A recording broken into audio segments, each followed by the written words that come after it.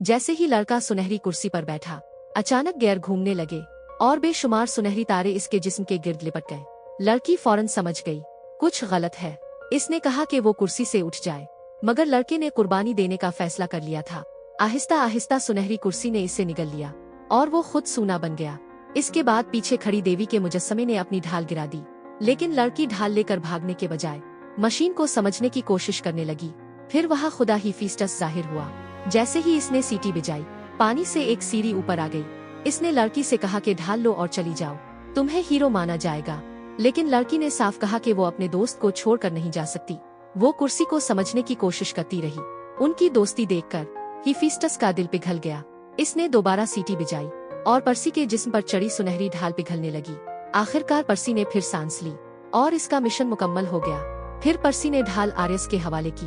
वदा पूरा करते हुए आर्यस ने इसे एक थैला दिया। जब पर्सी ने थैला खोला तो इसमें एक बरकी हथियार था। इसके बाद वो सीधा एम्पायर स्टेट बिल्डिंग गया। इसने हथियार उठाया और कहा कि वो ज़ोस से मिलना चाहता है। जैसे ही लिफ्ट ऊपर पहुंची, पर्सी ओलंपस आ गया। फिर इसने बगैर खौफ के हथियार ज़ोस को दे दिया, मगर ज़ोस को शक हुआ कि पर्सी ने ये चरा लिया है। इसने हथियार उठाया और पर्सी पर हमला करने ही वाला था। तभी पोसीडन आया और इसका हाथ पकड़ लिया।